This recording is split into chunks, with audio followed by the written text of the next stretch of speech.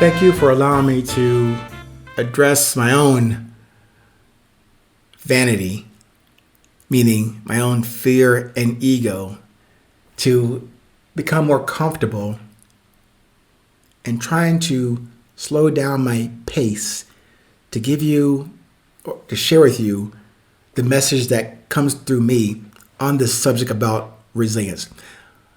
Just as another reminder, I do not have any answers or flat out direction to give you for you to follow.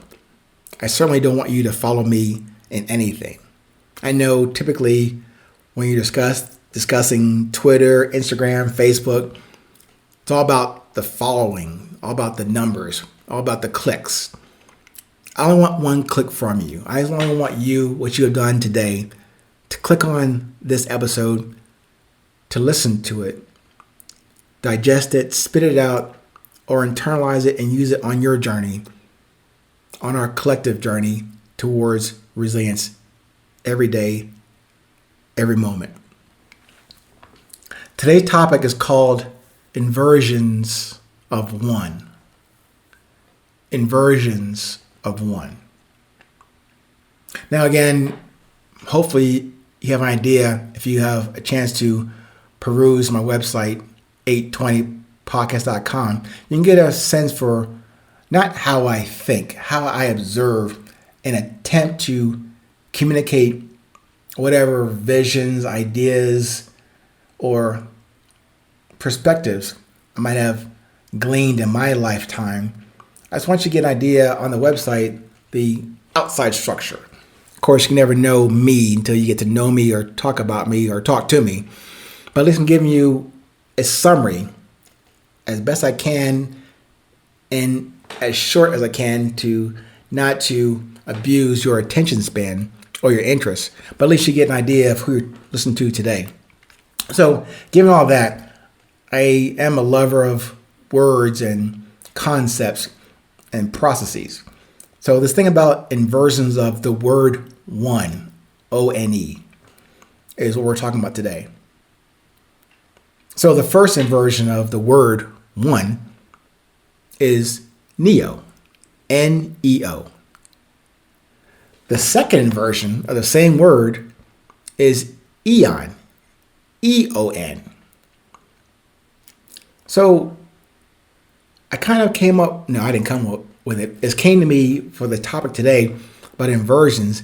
That's even from my novice exploration into music.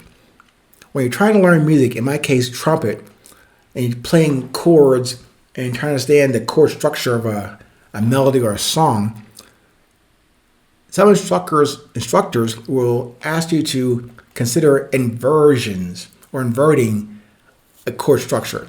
So for example, just quickly, a typical chord structure in arpeggio is essentially the notes 1, 3, 5, 7.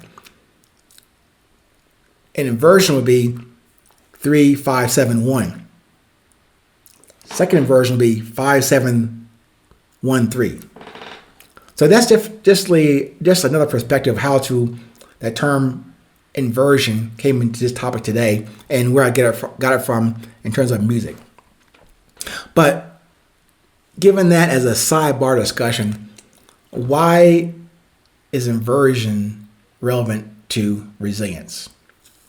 I'm saying it could be in terms of relevant, in terms of mobility, dexterity, flexibility, still with consonance and even a little bit of dissonance.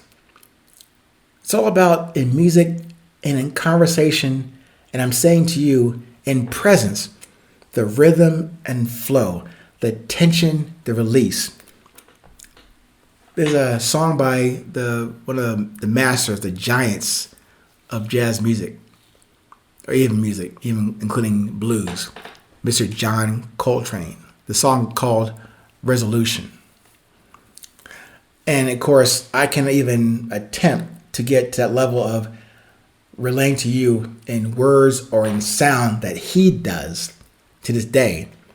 But what I offer even in my writing and scripting part my little shingle out here on resilience and in the book, I mentioned this concept about parallax, a parallax perspective, meaning the same object or the same problem looking at one way, but taking a couple steps left, right, up or down, you get a different perspective on the same problem, and you might get a different avenue or approach to the resolution. I'm saying that and suggesting that exercise, that practice to be having structure, yet at the same time being open, being inside and outside of the structure of the process to really fully understand and to resolve it. Or not to resolve it absolutely, but to resolve the issue that allows you to go forward. Providing us with an additional, wider, and less narrow perspective on a problem. So even the first inversion of the word one, O-N-E, was neo, N-E-O. And even in some ways, I've seen it defined as neo can mean a near Earth object. Or it could be like the character in the movie The Matrix, Neo.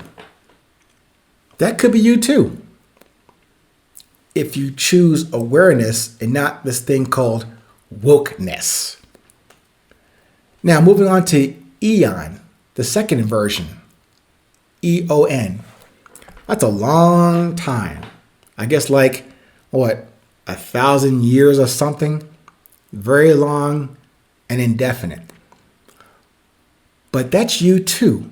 Remember, you are energy, never created nor destroyed at your essence. Wait. Inversions?